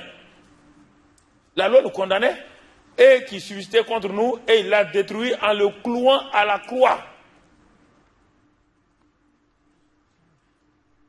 En le clouant à la croix. Regardez encore autre chose. Hébreux 8, verset 10. Hébreux 8, verset 10. Quand il a fait cela, non, Éphésiens 2, 15. Éphésiens 2, 15. Éphésiens 2, 15. Éphésiens 2, verset 15. L'inimitié ayant anéanti par sa chair la loi des ordonnances dans ses prescriptions, afin de créer en lui-même avec les deux un seul homme. Vous voyez bien, il a anéanti la loi des ordonnances dans ses prescriptions. Ça c'est Éphésiens 2, 15, Colossiens 2, 14, c'est la même chose. Et pourquoi? Sous la forme que Moïse avait là, il a détruit ça. Mais on n'a pas dit qu'il a supprimé. C'est sous la forme légale qu'il a détruit. Mais qu'est-ce qu'il a fait? Ça, bon, je vais dévancer les choses.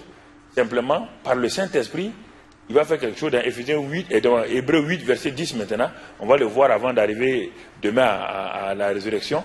Il dit, mais voici l'alliance que je ferai avec la maison d'Israël. Après ces jours, l'a dit le Seigneur, je mettrai mes lois dans leur esprit. La loi de Moïse était au dehors, sur des tablettes. Et ça n'était pas dans le cœur de l'homme. C'est ça qui condamnait l'homme. Mais maintenant, Dieu dit quoi? Quand la mort, quand la loi a été crucifiée, il dit, qu'est-ce qu'il fait maintenant? Avec la résurrection, il va faire quoi? Le Saint-Esprit vient et il va mettre ses lois dans notre cœur, je les écrirai dans leur cœur et je serai leur Dieu. Et la suite, et ils seront mon peuple. Et c'est pourquoi maintenant, même sans avoir la loi de Moïse, quand tu mens dans ton cœur, le Saint-Esprit dit, tu as menti. Même sans avoir les 10 commandements. Devant toi. Le Saint-Esprit dit, tu as commis impureté ici. Et ton cœur commence à te gronder. Pourquoi? Parce que maintenant, la loi, là, les ordonnances sont inscrites dans ton cœur par le Saint-Esprit, dans ton esprit. Et c'est pourquoi, frères et sœurs, on n'a pas dit qu'il a supprimé les commandements, non. Il a anéanti la forme légaliste que Moïse avait pour rendre ça vivant dans ton esprit. C'est pourquoi, quand il n'y a personne, tu voles, Tu ne vois pas, tu ne voleras pas. Il n'y a rien d'écrit. Mais ton cœur commence à faire quoi? À te dire que tu as volé. Parce que le Saint-Esprit qui est en toi, il dit non, il est écrit dans ton cœur que tu ne voleras pas. Dans ton esprit. Et c'est pourquoi tu es mal à l'aise. Tu es mal à l'aise. Et tu confesses ton péché. Quand tu confesses, tu as la paix encore. C'est là par là que tu sais que il y a une nouvelle loi qui est en toi, qui est différente de la loi de Moïse écrite au dehors. Oui, la puissance de la croix, c'est qu'elle a fait. Troisième élément, la croix et le péché et les péchés. Est-ce que la croix a été une puissance pour le péché, qui est la nature du péché, et les péchés, qui sont les œuvres du péché? C'est différent. Le péché, c'est un arbre, les péchés sont ses fruits. Est-ce que la croix a pu faire quelque chose? Mon ami, regardons 1 Pierre 2, 24. Il dit, concernant les péchés, lui qui a porté lui-même nos péchés en son corps sur le bois. Quand Jésus mourait, il a porté nos péchés où? Les péchés de tous les hommes en son corps sur le bois. Il les a portés. Ça, c'est les péchés. Pas le péché, les péchés. Maintenant, concernant mon frère, Hébreux 9, verset 26 maintenant, Hébreux 9, verset 26, 28. Autrement, il aurait fallu que Christ eût souffert plusieurs fois depuis la création du monde, tandis que maintenant, à la fin des siècles, il a apparu une seule fois pour abolir le péché. Abolir le péché.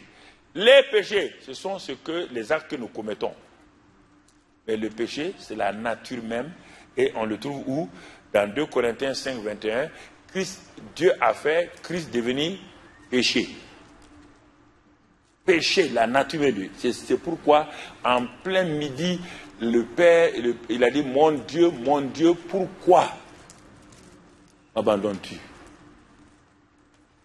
Le Père ne pouvait pas supporter que son fils devienne péché. C'est que lui, il est.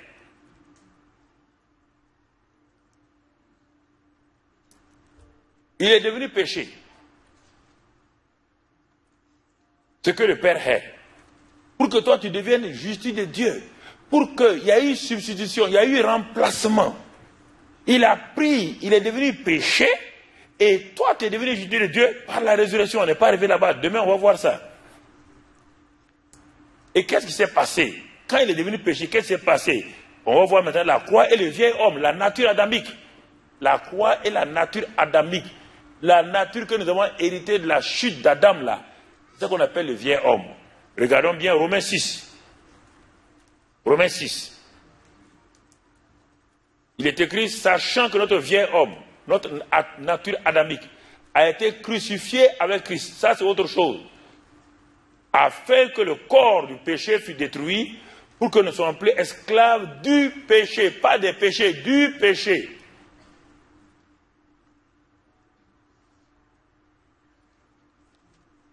Comprenez? Si nous voulons qu'un pays soit totalement libre de la bière, ce n'est pas en fermant les bars. Non? Il faut fermer quoi? Les brasseries. Il faut détruire les brasseries. Les stocks de bière qui vont rester là vont rester quelque temps, après ça va partir, c'est fini. On te parle, le péché, c'est l'usine du péché. Les péchés, ce sont les bouteilles qui sont, c'est les œuvres. Il dit que le vieil homme qui produit le péché là, a été crucifié avec Christ. C'est là où la plupart des chrétiens n'ont pas saisi. Ils veulent crucifier leur vieil homme. On crucifie la chair, pas le vieil homme. Le Dieu a crucifié le vieil homme, la nature adamique.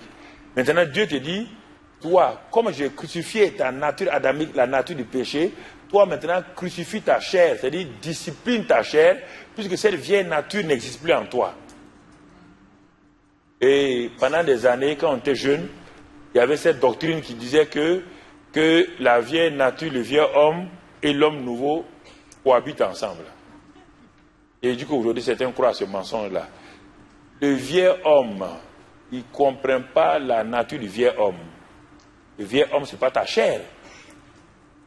Le vieil homme, c'est la nature satanique et adamique spirituelle.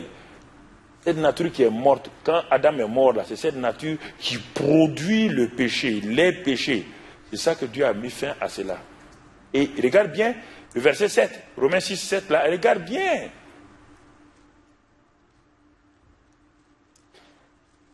Bon, je pose la question. Et sur plus esclave du péché, il dit que, car celui qui est mort est libre de quoi? Le verset 7. Car celui qui est mort est libre du péché. Pas des péchés, du péché. Celui qui est mort avec Christ là, son vieil homme là, on ne parle pas de ton corps. Quand Adam a péché, est-il mort, oui ou non? Quand Adam est tombé, est-il mort, oui ou non? Il est mort comment? Et il est mort physiquement combien de temps après? 960, oui ou non? Entre la mort spirituelle d'Adam en ce lieu-là, net, entre sa mort, dès qu'il a mangé, il est mort, aux yeux de Dieu, séparé de Dieu. Le gars a continué à vivre, il vit maintenant dans quoi? Il a commencé à développer quoi? Il a la nature du péché, il a commencé à développer quoi? Les péchés. Mais comme il n'était pas habitué au péché, ça ne l'a pas fait chose. Il a fallu 963 ans pour que le péché arrive à vaincre Adam ici. Et il est mort physiquement. Mais regarde les autres maintenant. Après ça, regarde le compte. Ceux qui sont venus après lui, là, au fur et à mesure, ça diminue. Au temps de Noé, c'était combien d'années? Dieu a dit maintenant combien d'années? 120. Le péché est devenu terrible. Quand le péché qui est terrible, ça détruit la vie des gens. Et beaucoup de chrétiens meurent jeunes aujourd'hui à cause de ça. Leur vie est remplie de péchés.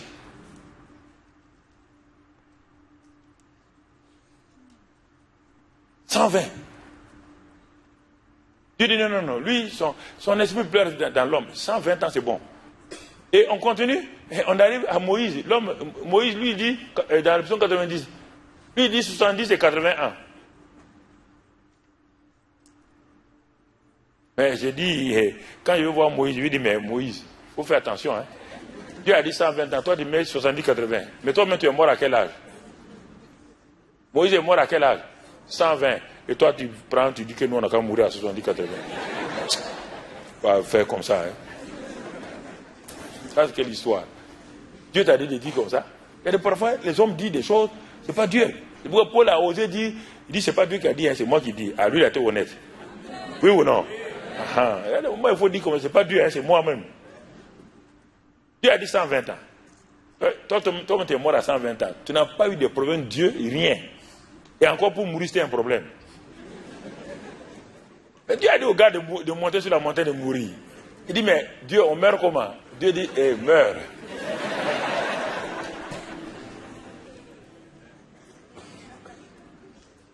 Parce que, il dit, mais l'âme qui pêche est celle quoi? Donc la mort rentre facilement là où il y a le péché. Mais Moïse n'a pas de péché en lui. C'est cette désobéissance-là. Il était l'ami de Dieu. Mais il ne sait pas comment mourir. Puis ce n'est pas un péché. Ce n'est pas le péché qui peut tuer Moïse. Donc il était là. Il était embêté. Personne ne sait comment il est mort. Et c'est pourquoi en Israël, quand tu vas en Israël, il y a les tombeaux de tout le monde sauf Moïse. Jamais on ne t'a jamais dit, voici les tombeaux de Moïse. Personne. Et encore, on ne sait même pas comment Dieu a enterré le gars. Non, on dit qu'on nous montre seulement que l'ange Gabriel est venu, Satan est venu pour réclamer son corps, il y a eu bagarre. Et l'ange Gabriel a dit, et Michel il a dit que l'Éternel te réprime. Oui ou non? Et après ça, mais s'il était mort, et ça c'est l'évangile selon Karambiri maintenant. Si le gars était mort normalement, comment va-t-il apparaître à côté de Jésus, puisque les morts n'apparaissent pas là-bas? Non, ça, bon, je ferme la parenthèse, hein. C'est fini comme ça, on ne va pas aller plus loin. C'est bon, merci. Ok. C'est pour vous dire des choses, écoutez frères et sœurs. Ce que Dieu dit là, Dieu dit que le corps du péché a été détruit, afin que nous ne soyons plus esclaves du péché. Car celui qui est mort est libre du péché. Il est libre du péché. Ça veut dire quoi? Physiquement, déjà, quand quelqu'un meurt, il aimait beaucoup le whisky. Tu viens poser des bouteilles de whisky autour de lui, il peut boire? Il est mort ou quoi? Il est mort ou quoi? Au whisky? Il est mort au whisky. Donc, le péché, c'est une nature spirituelle. C'est pas, le péché, c'est pas le vol que tu fais là. Non, ça, c'est les œuvres. Tu es mort au péché. Dieu dit, tu es mort au péché. Le péché n'a plus de pouvoir sur toi. Il ne peut plus t'attirer. Maintenant, ta chair, tu es tenté. Le confort, tu es tenté. C'est pourquoi celui qui est juste là, quand il est tenté, il tombe là, Dieu dit, relève-toi. Confesse ton péché, continue ta marche. Mais est-ce qu'on a dit qu'il est vaincu par le péché? Non. Quand on parle du péché, on parle de la nature du péché. On ne parle pas des péchés. On dit le juste tombe combien de fois? 7 fois. Et puis il est couché, il pleure. Qu'est-ce qu'il fait? Quand il se relève, il dit quoi à Dieu? J'ai péché, oui ou non? Tu me purifies. Et puis il connaît sa route, non? C'est ça. Mais le juste là, il n'a plus la nature de péché. Le bois flotte sur l'eau. Mais exceptionnellement, le morceau de bois pris par une main, enfoui dans l'eau, reste au fond de l'eau. Mais quand la main lâche, ça fait quoi? C'est ça que ça veut dire le juste là. Quand tu es tombé, quand tu confesses, la main lâche. Tu reviens quoi? Mais quand le fer tombe au fond de l'eau, ça peut revenir? La nature, là, le fer là, c'est la nature du péché. Ça ne peut pas monter.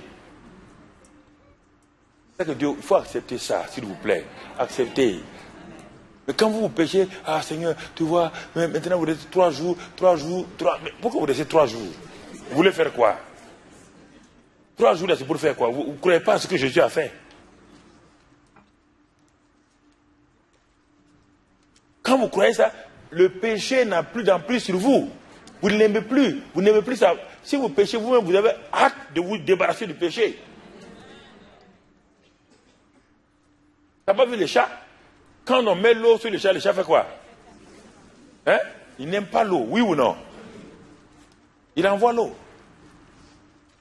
Il n'aime pas les saletés. Sa nature.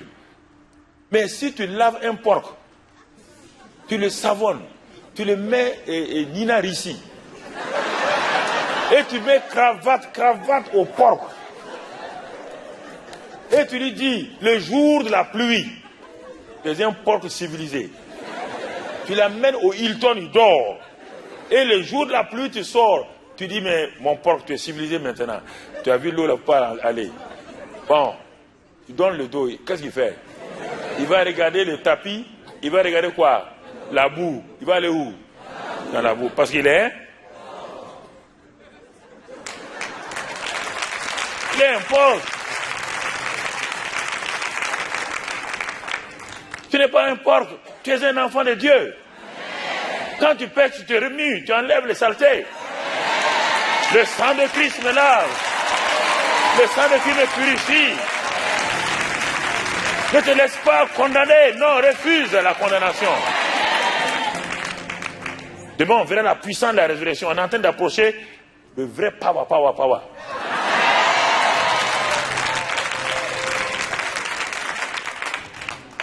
Mais accepte d'abord ça. Pas dans la croix, là, il n'y a pas de vie. Il y a réconciliation, il y a tout, il n'y a pas de vie. À la croix, il n'y a personne. C'est la mort. La mort spirituelle, la mort physique, les maladies, les malédictions. C'est ça. Si tu regardes, la croix et la mort. Hébreux 2, on ne va pas le lire. Hébreux 2, 14, 15. Note-le, tu vas le lire. 1 Corinthiens, Hébreux 2, 14, 15. Il dit que celui qui détenait la mort, par la mort de Jésus, voilà, par la mort de Jésus, il a anéanti celui qui a la puissance de la mort, c'est-à-dire le diable. Par sa mort, il a anéanti. 1 Corinthiens 15, bon, on ne va pas le laisser tomber. Et la croix est Satan lui-même. Colossiens 2, 15. Colossiens 2, 15. Colossiens 2, 15. Il a dépouillé les dominations et les autorités et les a livrées publiquement en spectacle en triomphant d'elles par la croix. La croix, c'est Dieu et son Fils qui sont en train de travailler pour toi. et moi.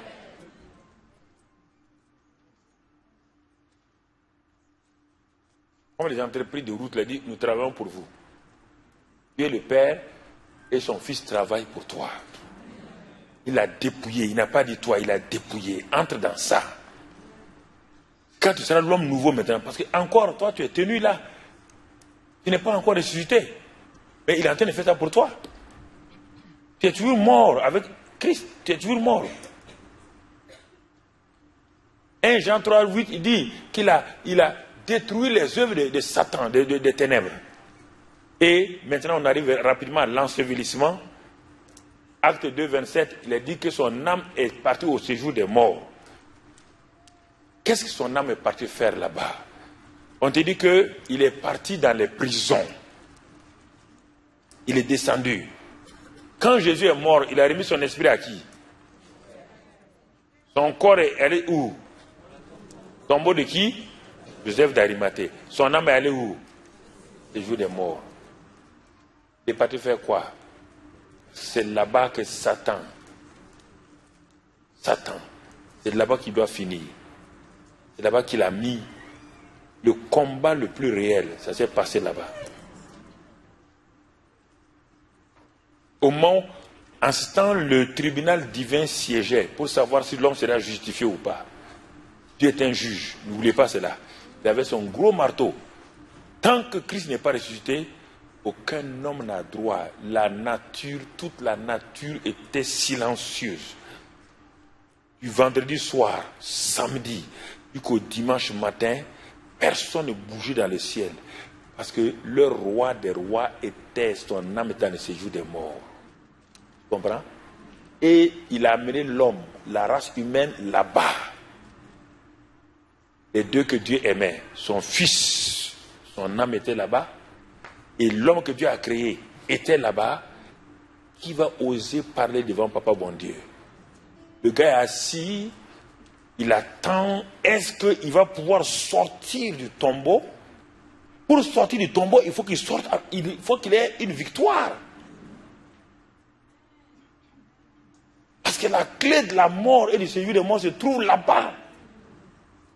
C'est pourquoi dans Apocalypse 1, 18, il dit à Jean, j'étais mort, je suis vivant. Maintenant, j'ai les clés de la mort et du séjour des morts. Il était où? Là-bas. Quand le troisième jour, le Saint-Esprit a ressuscité Jésus, alors le marteau de Dieu est tombé. Tous les hommes sont justifiés.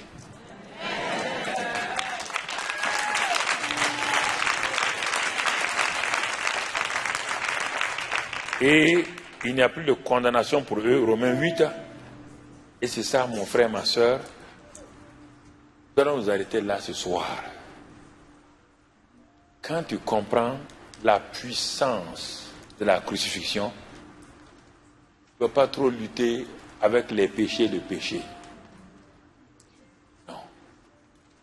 Vois ce que Dieu a fait. Si tu ne crois pas ça, aucun homme n'a pu enlever les péchés. Les David. C'est pourquoi et tous, aucun n'est allé au paradis, ils sont allés tous dans le sein d'Abraham. Aucun n'a pu vaincre. Aucun. Personne. Et avant, au temps d'Abraham même, le péché n'était pas pris en compte. Puisqu'il est dit que le péché est pris en compte quand il y a quoi? La loi. C'est pourquoi au temps d'Abraham, tu ne voyais pas les Jacob, là, des escrocs comme ça patentés. Tu as vu, il y a eu problème avec eux? Il faut bien comprendre, la Bible est subdivisée en choses.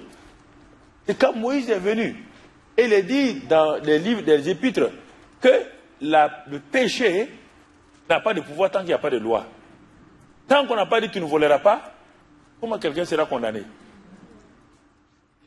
Il sera condamné comment? Par quel moyen? C'est pourquoi Jacob, quand Dieu parlait à Jacob là, il ne parlait pas du vol de Jacob. Il ne parlait pas de l'adultère d'Abraham. Parce qu'il n'y a pas de loi. C'est quand la loi est venue qu'on a dit maintenant tu ne voleras pas, tu ne tueras pas, automatiquement. Quand tu tues, tu rentres dans l'infraction. Il faut bien comprendre ça. Et c'est pourquoi Jésus-Christ est venu. Accomplir cette loi-là par lui-même sans péché. Et maintenant aller crucifier la loi là-dessus, les ordonnances à la croix. Et par sa résurrection maintenant, par le Saint-Esprit, il est venu inscrire ça dans le cœur de quiconque croit en lui. Et maintenant, cette loi-là est à l'intérieur. Et cette loi était à l'intérieur. La puissance du sang de Christ Jésus te protège contre la condamnation de cette loi intérieure. Quand tu pèches, on te dit, tu as un avocat auprès du Père. 1 Jean 2, et la victime expiatoire. Alors en ce moment-là, la loi qui veut frapper, elle regarde le sang. Et le sang empêche que le Père frappe. Quand tu comprends ça, mon frère, ma soeur, tu es tranquille. La conscience ne te gronde plus. Et on le verra demain, tu vas commencer à t'approcher du trône de la grâce avec assurance. Hébreux 4,16. Et tu vas t'arrêter sans culpabilité. Tu vas parler au Père. Tu vas parler comme Jésus parlait. Tu vas parler au tombeau de Lazare. Il parlait sans culpabilité. On ne peut pas le... Tu vas voir la résurrection, qu'est-ce que c'est? Les amis de Jésus n'ont pas compris ça. Marthe et Marie n'ont jamais compris. Qu'est-ce que la résurrection? Jésus leur a parlé fatigué. Ils ne pouvaient pas comprendre. Le Saint-Esprit n'était pas là. Ils ont cru qu'il y a un jour de la résurrection. Ils ont cru au dernier jour. Jésus dit non. Il y a tout ça, non. Il dit c'est moi là. Il ne peut pas comprendre. Elle ne peut pas comprendre. Car lorsque la puissance de la résurrection est en toi, on dit celui qui a ressuscité Christ d'entre les morts, s'il est en toi, l'esprit de vie, Romains 8:1, il dit qu'il donne la vie à ton corps mortel. On ne parle pas de la résurrection pour aller au ciel. Tous ceux qui sont morts, ok, on va commencer mon message de demain, merci. On va s'arrêter là, on va prier. Est-ce que tu as saisi un peu l'importance de la croix? Dis non, ne ferme pas ton sac, on va prendre du temps, 1 minute, 2 minutes. As-tu vu Christ crucifié pour toi, le bénéfice de Christ crucifié pour toi, de réconcilier avec le Père? Dis avec moi, merci Seigneur. Je sais avec certitude que la crucifixion de Christ est ma propre crucifixion. Mon vieil homme, ma nature adamique a été crucifiée à la croix de Calvaire afin que je ne sois plus esclave du péché. Et à cause de cela, je suis mort au péché.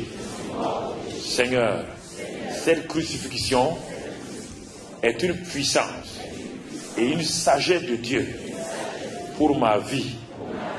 À partir de ce moment-là, ma vieille nature a été ôté. Satan a été vaincu. Il a été dépouillé de ses œuvres, de sa puissance. La loi a été crucifiée. Parce que Christ a accompli toute la loi. Seigneur, par son ensevelissement, il est parti prendre les clés de la mort et du séjour des morts. Tout cela pour mon seul bénéfice. Aujourd'hui, je te remercie, car je sais que la croix n'était pas un événement historique, mais une réalité, une expérience pour moi-même. Seigneur, dès le moment où je sais que j'ai été crucifié avec Christ, comme Paul l'a dit, ce n'est plus moi qui vis, c'est Christ qui vit en moi. Seigneur, merci de ce que tu m'as donné cette révélation. Je marche dans cela. Le péché, la nature du péché n'a plus de pouvoir sur moi. Comme le whisky n'a plus de pouvoir sur le buveur qui est mort. Moi aussi, je suis mort au péché. Et s'il m'arrive de pécher, c'est uniquement dans ma chair. Quand je confesse mon péché, mon Père est fidèle et juste pour me pardonner et pour me purifier de toute iniquité. À cause du fait que l'avocat, mon avocat, est à la droite du Père et il est la victime expiatoire pour tous mes péchés. Seigneur, je te remercie ce soir parce que je réalise que le ciel et la terre ont été réconciliés par la crucifixion. Les juifs et les païens ont été réconciliés par la crucifixion. Père, je te remercie pour cette grâce-là, car à partir de maintenant, le péché n'a plus de pouvoir sur ma vie. Non, car en Christ, maintenant, je suis totalement mort.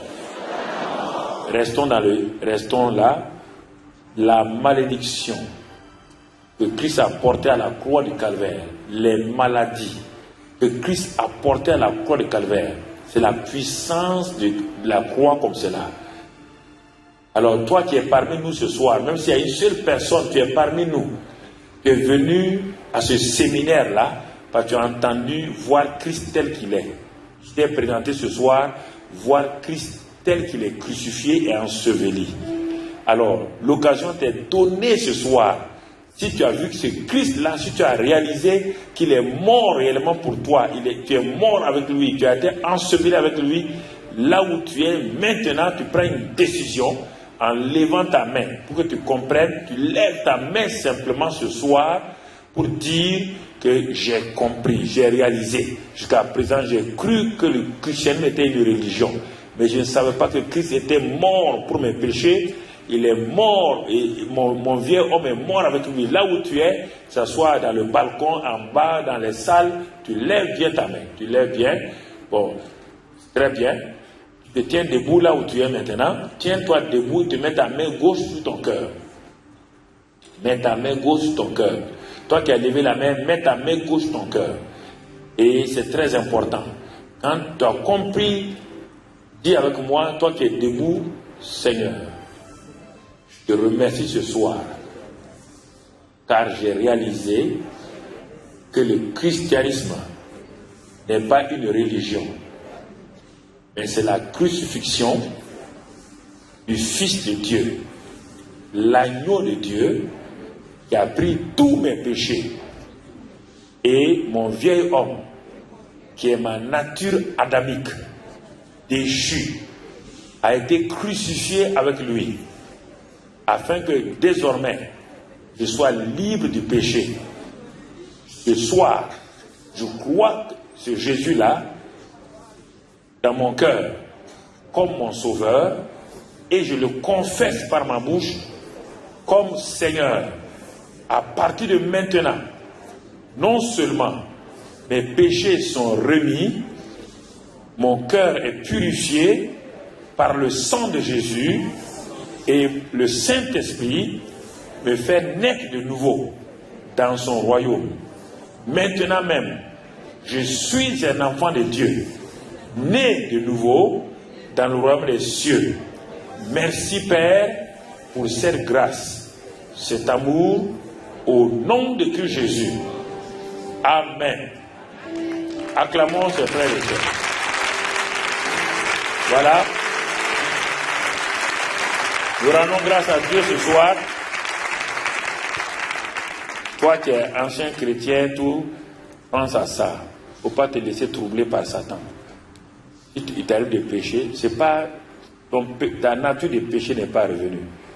Ça, c'est ta chair qui est en train de pécher. Lui crucifie la chair, domine-la, contrôle-la, discipline-la, serre-la. Dis-lui non, qu'elle n'a pas droit. Si c'était ton problème, ton péché, c'était de manger certaines nourritures, tu dis non, mon corps, tu n'as pas, je ne te donne pas ça, ça me détruit. Si ton péché était de manger des quiches, donc tu renonces au quiche. Tu dis quiche, je renonce à toi. Tu n'as plus de pouvoir sur moi. Mon corps est le temple du Saint-Esprit. Oui ou non? C'est ça. Et le Saint-Esprit qui est en toi, quand il voit cette décision-là, cette persévérance, il dit, ah, ce gars est sérieux, il va t'aider. C'est pas, écoutez, c'est pas du jour au lendemain que ça devient automatique, hein, c'est la répétition.